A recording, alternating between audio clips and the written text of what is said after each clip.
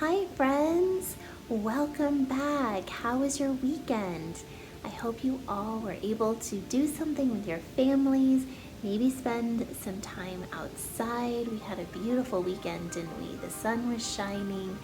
Spring is here. It's so wonderful. This week we are going to continue on with our mindful practice, and we are on the letter I today. I is for inspiration. Inspiration is when something stirs a feeling inside to do something good. You could feel inspired by a lot of different things. You could be inspired by a book you've read, a song you've heard, or a person you know. I always feel really inspired when I see other people doing kind things for those around them. Then that makes me want to do the same for them. What are you inspired by, or who are you inspired by? Take a moment and think.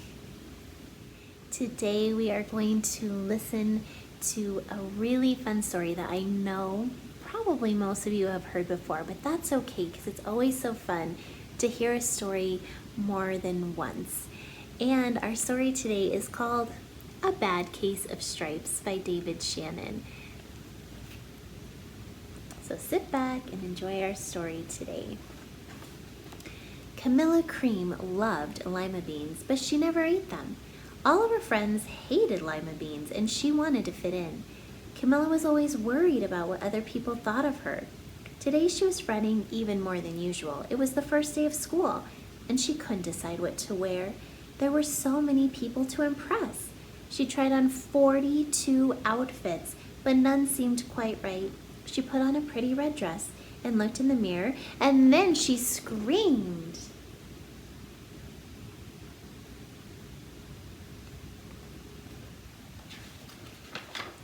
Her mother ran into the room, and she screamed too. "Oh my heavens," she cried, "you're completely covered with stripes."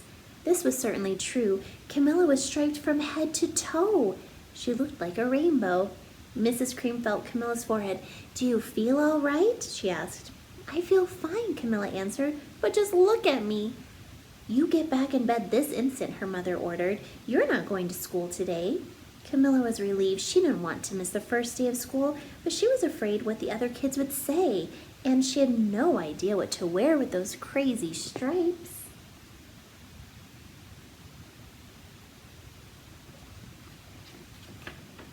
That afternoon, Dr. Bumble came to examine Camilla. "Most extraordinary," he exclaimed. "I've never seen anything like it. Are you having any coughing, sneezing, runny nose, aches, pains, chills, hot flashes, dizziness, drowsiness, shortness of breath, or uncontrollable twitching?" "No," Camilla said. "I feel fine." "Well then," Dr. Bumble said, turning to Mrs. Cream, "I don't see any reason why she shouldn't go to school tomorrow. Here's some ointment that should help clear up those stripes in a few days, and if it doesn't, you know where to reach me." And off he went.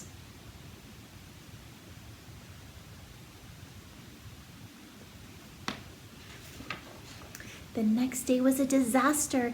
Everyone at school laughed at Camilla. They called her Camilla Crayon and Night of the Living Lollipop. She tried her best to act as if everything were normal, but when the class said the Pledge of Allegiance, her stripes turned red, white, and blue, and she broke out in stars.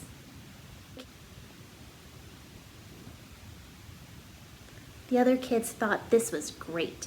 One yelled out, "Let's see some purple polka dots." Sure enough, Camilla turned all purple polka dotty. Someone else shouted, "Checkerboard," and a pattern of squares covered her skin.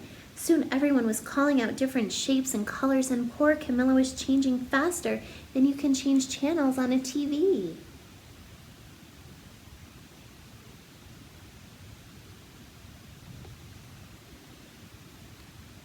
That night, Mr. Harms, the school principal, called. "I'm sorry, Mrs. Cream," he said. "I'm going to have to ask you to keep Camilla home from school. She's just too much of a distraction, and I've been getting calls from the other parents. They're afraid those stripes may be contagious." Camilla was so embarrassed. She couldn't believe that 2 days ago everyone liked her. Now nobody wanted to be in the same room with her. Her father tried to make her feel better. "Is there anything I can get you, sweetheart?" he asked. "No, thank you," sighed Camilla. What she really wanted was a nice plate of lima beans, but she'd been laughed at enough for one day.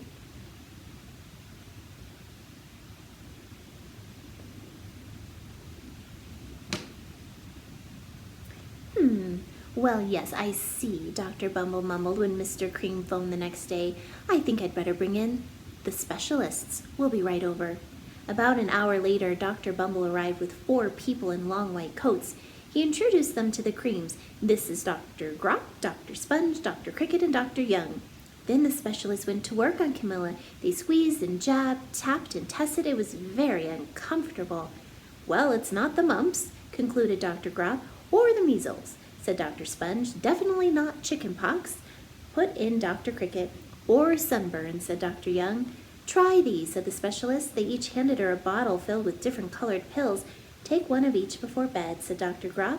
Then they filed out the front door, followed by Dr. Bumble.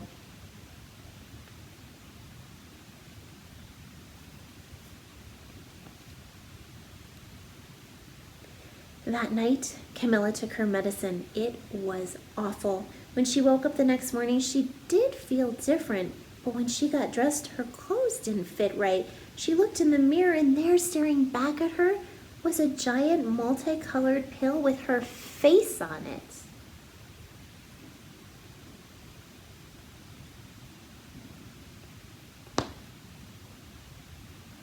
Dr. Bumble rushed over as soon as Mrs. Cream called. But this time, instead of the specialists, he brought in the experts. Dr. Gord and Mr. Mellon were the finest scientific minds in the land, and once again Camilla was poked and prodded, looked at and listened to.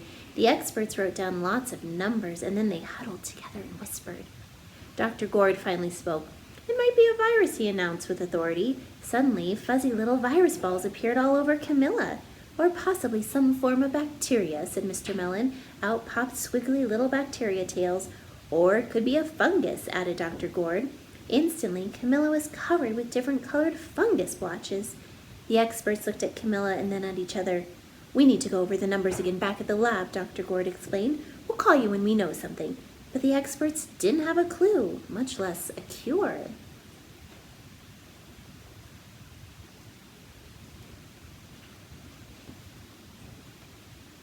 By now, the TV news had found out about Camilla. Reporters from every channel were outside her house telling the story of the bizarre case of the incredible changing kid. Soon a huge crowd was camped out on the front lawn. The Creams were swamped with all kinds of remedies from psychologists, allergists, herbalists, nutritionists, psychics, an old medicine man, a guru, and even a veterinarian. Each so-called cure only added to poor Camilla's strange appearance until it was so hard to even recognize her. She sprouted roots and berries and crystals and feathers and a long furry tail, but nothing worked.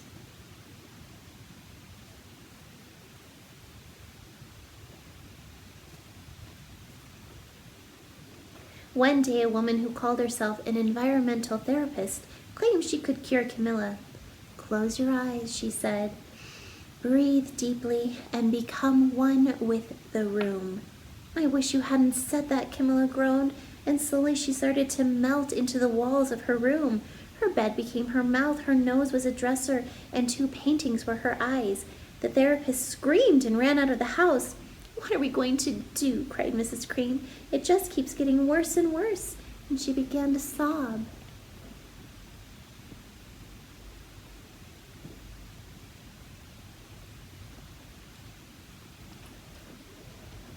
At that moment, Mr. Cream heard a quiet little knock at the front door. He opened it, and there stood an old woman who was just as plump and sweet as a strawberry. Excuse me, she said brightly, but I think I can help.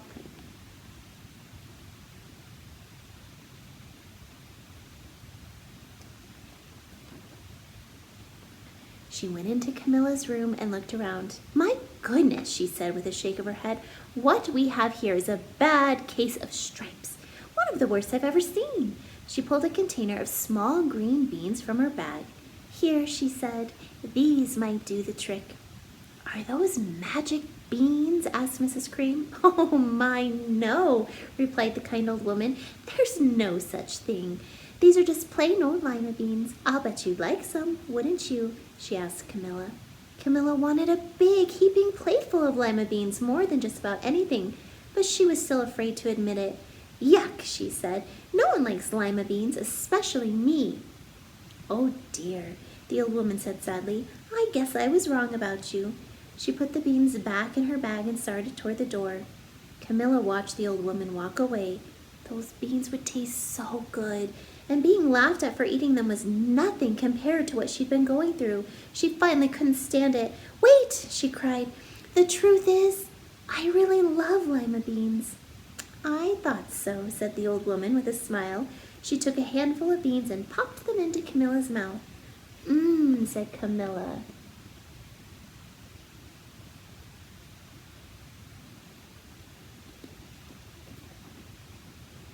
Suddenly, the branches' feathers, squiggly tails began to disappear, and then the whole room swirled around. When it stopped, there was Camilla, and everything was back to normal. I'm cured, she shouted. Yes, said the old woman. I knew the real you was in there somewhere. She patted Camilla on the head, and then she went outside and vanished into the crowd.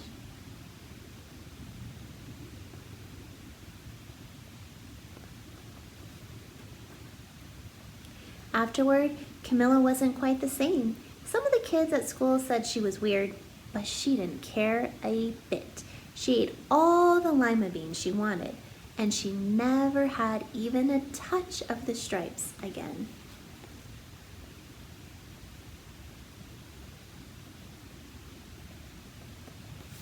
What a fun story about being true to yourself. And even if you like something that nobody else does, that's okay. Friends, when I was thinking about what book or poem or song that would go along with A Bad Case of Stripes, I remembered one of my favorite poems by Shel Silverstein, and we listened to a poem by him last week about color.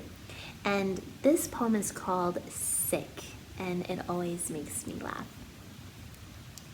I cannot go to school today, said little Peggy Ann McKay. I have the measles and the mumps, a gash, a rash, and purple bumps. My mouth is wet, my throat is dry, I'm going blind in my right eye. My tonsils are as big as rocks. I've counted 16 chicken pox. And there's one more, that's 17. And don't you think my face looks green? My leg is cut, my eyes are blue. It might be instamatic flu. I cough and sneeze and gasp and choke. I'm sure that my left leg is broke. My hip hurts when I move my chin. My belly button's caving in. My back is wrenched, my ankle sprained. My appendix pains each time it rains. My nose is cold, my toes are numb. I have a sliver in my thumb. My neck is stiff, my spine is weak. I hardly whisper when I speak. My tongue is filling out my mouth. I think my hair is falling out. My elbow's bent, my spine ain't straight. My temperature is 108. My brain is shrunk, I cannot hear. There's a hole inside my ear. I have a hangnail, and my heart is... What? What's that? What's that you say? You say today is Saturday? Goodbye. I'm going out to play. Boys and girls, that's all we have time for today. I hope you've enjoyed our fun story and poem today. And now it's time to say goodbye to all of our friends that are here with us. Let's say goodbye singing our bread and butter song together. Here we go. Bread and butter, marmalade and jam. Let's say goodbye as quiet as we can. Goodbye. Bread and butter, marmalade and jam. Let's say goodbye as loud as we can. Goodbye. Bread and butter, marmalade and jam. Let's say goodbye as slow as we can. Goodbye. Bread and butter, marmalade and jam. Let's say goodbye as fast as we can. Goodbye. Bread and butter, marmalade and jam. Let's say goodbye as high as we can. Goodbye. Bread and butter, marmalade and jam. Let's say goodbye as low as we can. Goodbye. Bread and butter, marmalade and jam. Let's say goodbye as nice as we can. Bye friends, see you tomorrow for more stories.